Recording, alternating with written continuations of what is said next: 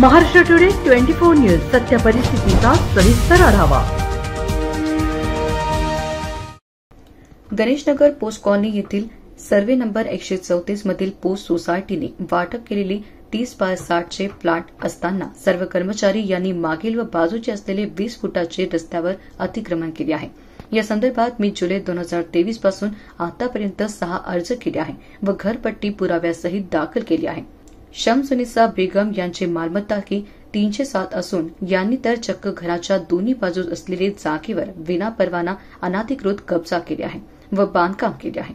त्यावरून जिल्हाधिकारी कार्यालयासमोर दिनांक 25 जानेवारी 2025 रोजी शनिवारपासून तक्रारदारांचे आमरण उपोषणला सुरू आहे। परंतु अद्यापही महापालिकेकडून कोणत्याही प्रकारची गांभीर्याने दखल घेतली गेली नाही, जेणेकरून उपोषणकर्त्यांची प्रकृती अस्वस्थ झाल्यास याची सर्व जबाबदारी वरील व खालील सर्व अधिकारी यांच्यावर राहील असे आवाहन उपोषणकर्त्यांनी केले आहे।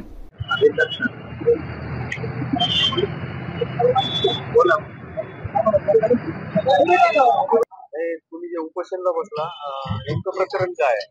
माझं प्रकरण हे आहे की जे अनाधिकृत रस्त्यावर लोक बसलेले आहेत आणि बिना परवाना बांधकाम केलेले आहेत, त्या संदर्भात मी बसलेलो आहे। अनाधिकृत म्हणजे बिना परवाना बांधकाम केले आणि जे रोड होतं महापालिकेचा रस्ता होता, त्या रस्त्यावर अतिक्रमण करून वाटून घेतले परस्पर।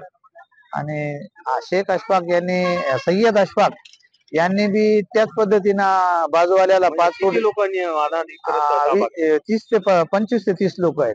बरोबर। हो, म्हणजे नगरपालिकेच्या जागेवर रोडचं अतिक्रमण रस्त्यावर सामूहिक रस्त्यावर अतिक्रमण।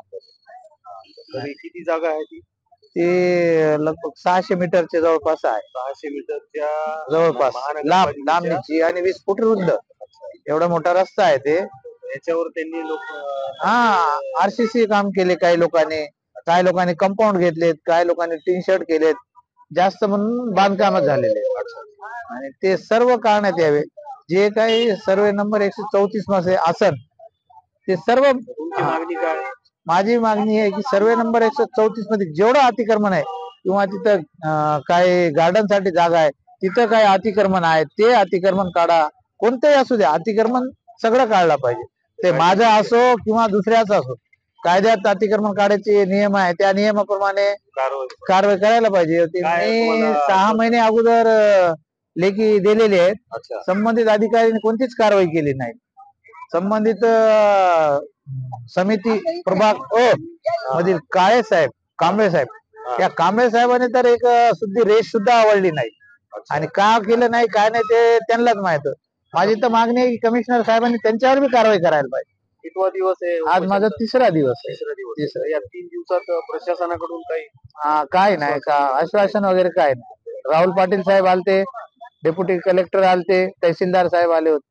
प्रशासनाकडून फक्त तहसीलदार आले? बर, बाकी कोणी आले? आणि ही कारवाई पालिकेकडूनच होणार आहे? बस त्यांच्याकडून झालं पाहिजे, त्यांच्या हद्दीमध्ये आहे ना। महानगरपालिकेचा एकही अधिकारी तुमच्याकडे आला नाही आणि जर होत नाही तोपर्यंत मी हटणार नाही।